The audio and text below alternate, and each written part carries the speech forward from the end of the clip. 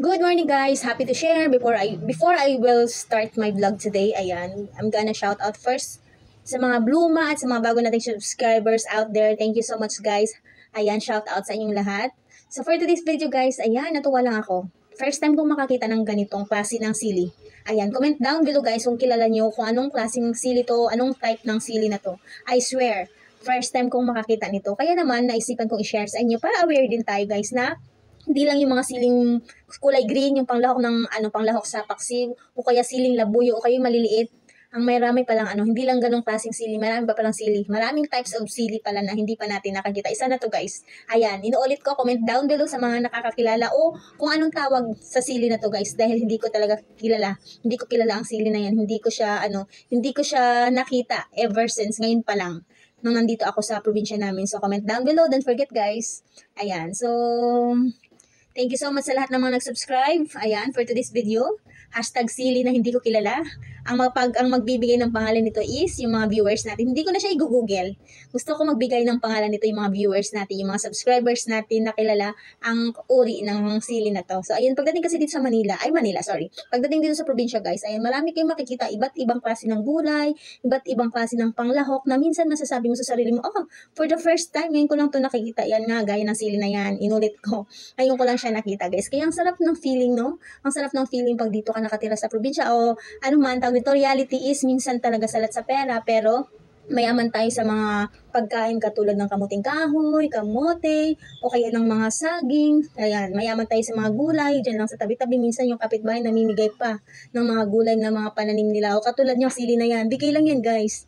Ayan, kalma. Bigay lang yan ng kapitbahay namin. So, ang purpose niyan, ibig sabihin, namigay sila dahil marami silang sili at nakatulong sa amin dahil hindi na kami bibili ng sili para sa sausaban ng aming quick-quick. I-slice na lang namin yan, ready na. Libre na kami sa sili. Hindi na kami bibili. Ang masama niya, hindi ko kilala ang tawag ng sili na yun. Kaya comment down below guys sa mga nakakakilala nito. Ayun guys, at dahil dito na tayo nakatira sa Mindanao, so marami akong i-share sa inyong mga magagandang tanawin.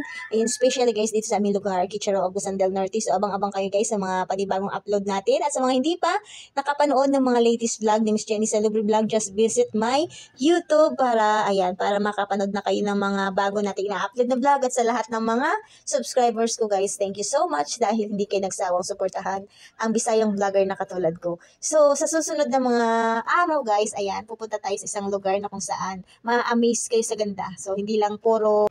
At sana guys, no, makisama yung langit sa atin, makasama yung panahon sa atin, nabigyan tayo ng magandang break, magandang panahon para makapamasyal tayo sa iba't ibang party, especially dito muna sa lugar namin guys, Kitchero, Agusan del Norte. So, titingnan natin lahat ng mga magagandang spot dito sa lugar natin at i-share ko sa inyo lahat guys, sa inyong mga viewers ko at sa lahat ng mga nanonood ng vlog ko. Ayan, #buhay probinsya muna ang ating niche ngayon guys dahil nandito ako sa probinsya. At sana guys, sana supportahan nyo pa rin ako sa mga vlog na ginagawa ko guys, sa mga upload vlog na ginagawa ko. Sana hindi kayo magsawa guys at gagawin natin lahat para hindi nyo ma-miss.